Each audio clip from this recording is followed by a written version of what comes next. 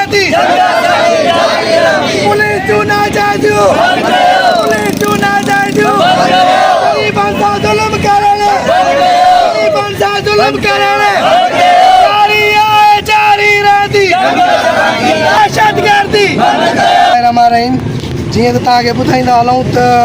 असां खोसा बिरादरी जेके ओरो दर्स रोड ते रहंदड़ आहियूं उन्हनि खे हर माण्हू सुञाणे थो। असां जेके बि मूंसां गॾु हींअर पंहिंजी बिरादरी गॾु आहे हीअ पंहिंजो पोरियो करे ऐं हारपो करे पंहिंजो पेट जो गुज़र सफ़र कनि था। कुझु ॾींहं पहिरियां 18 तारीख़ ते अंगार जे ॾींहं ते मुंहिंजो मासात आहे सलीम अली खोसो जेको क़ासिम अली सरदारी बिरादरीनि जो हारीब आहे पर उन सां बिना जवाज़ बग़ैर कंहिं ॾोह जे पुलिस जा 4 अहलकार नालो अयाज़ अली भुट्टो ज़ीशान जैसर फैज़ जट ऐं प्लस में ॿियो हिकिड़े जो नालो आहे अवेस कोराई इन्हनि बिना जवाज़ बिना कंहिं ॾोह जे मुंहिंजे मासात खे अखियुनि ते पटी चाढ़े बग़ैर हिकिड़े कंहिं थाणे ते पेश कोन कबो थाणे ते पेश कबो अगरि को ॾोह हुजे को FIR हुजे को ॾोही हुजे त पोइ बि असां मञूं ठीकु आहे कानून आहे कानून आहे कानून सां इंसाफ़ थींदो। हिनखे पुलिस एहलकारनि छो खयो कहिड़े सबबु खयो आहे बग़ैर कंहिं ॾोह जे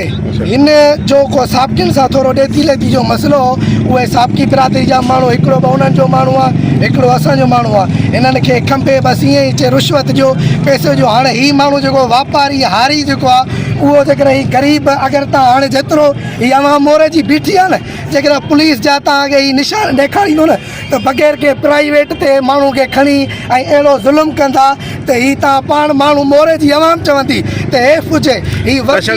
तशद्दुद कहिड़नि सिपाहीनि कयो आहे अवेस कोराई ज़ीशान जैसर अयाज़ भुट ऐं फैज़ जट मां मज़दूर माण्हू आहियां मां हिननि खे ॿुधायो सही मां वापारु कंदो आहियां मां मज़दूर माण्हू आहियां मां हरबो कंदो आहियां अली हसन जलदारी जो हिते दर्स रोड ते मां जो मां के